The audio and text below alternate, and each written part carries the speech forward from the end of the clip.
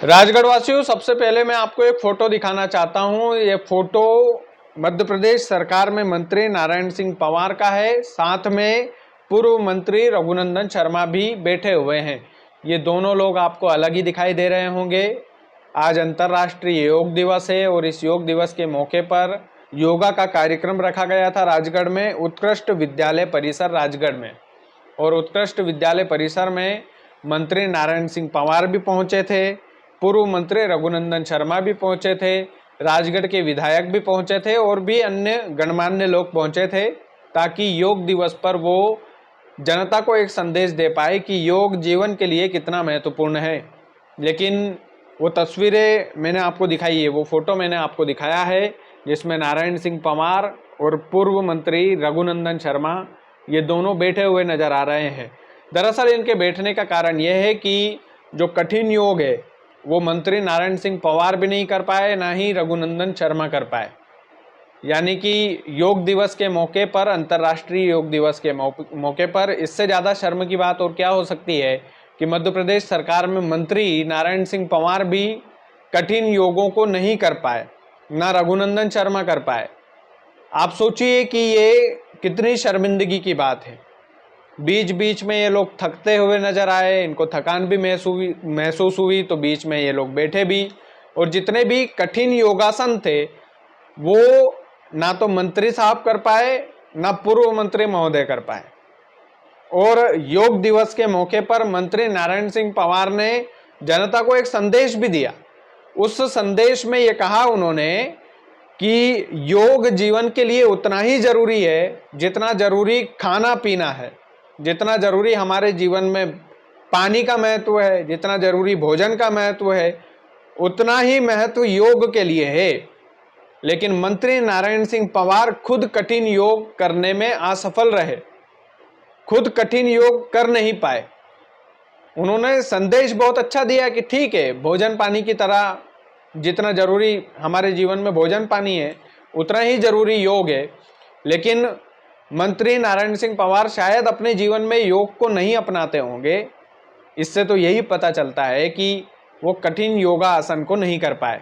इसकी एक और वजह हो सकती है, एक और वजह ये हो सकती है कि मंत्री साहब की तबीयत थोड़ी सी ठीक नहीं चल रही है। पिछले दिनों भी उनको हॉस्पिटल में भर्ती कराया गया था। लेकिन वो कहते हैं ना कि स्वस्थ शरीर निरोगी काया, और यदि स्वस्थ शरीर निरोगी काया हमें पाना है तो हमें जीवन में योग को अपनाना पड़ेगा। योग से किसी भी प्रकार का नुकसान नहीं है। कठिन योग मंत्री नारायण सिंह पवार नहीं कर पाए। उसकी एक और वजह मैं बता सकता हूं कि उनकी तबीयत कुछ ठीक नहीं चल रही, शायद इस वजह से वो कठिन योग नहीं कर पा रहे हो। लेकिन पूर्व मंत्री रघुनंदन शर्मा तो कर सकते थे। उन्होंने भी कठिन योग जो है करना उचित नहीं समझा, या फिर वो करने में असफल रहे। ये दोनों मंत्री, एक पूर्व मंत्री और एक वर्तमान के मध्य प्रदेश की सरकार में मंत्री, मत्स्य विभाग में मंत्री हैं नारायण सिंह पवार, वो भी योग नहीं कर पाए। तो थोड़ा देखने में अजीब लगा कि भाषण जो है देने में अच्छे लगते हैं। उन्होंने कहा कि जिस तरीके से जीवन में भोजन जरूरी है, पानी जरूरी है, योग भी उतना ही जरूरी है। तो क्या मंत्री नारायण सिंह पवार खुद के जीवन में योग को नहीं अपनाते हैं? सबसे बड़ा सवाल ये है। और ये सवाल बेनिफिट ऑफ डाउट में इसलिए भी है क्योंकि मंत्री नारायण सिंह पवार जो है उनकी तबीयत पिछले दिनों खराब हो गई थी। वो खबर भी हमने चलाई थी। उनके स्वस्थ होने की कामना भी पूरे ब्यावरा ने, पूरे राजगढ़ जिले ने, पूरे मध्य प्रदेश ने की थी। और भगवान की दया से आज वो स्वस्थ भी है। भगवान करे कि वो 100 साल से ज़्यादा जिए। लेकिन योग दिवस के मौके पर मंत्री नारायण सिंह पवार ने कहीं ना कहीं सरकार की भी किरकिरी कराई, खुद की भी किरकिरी करवाई।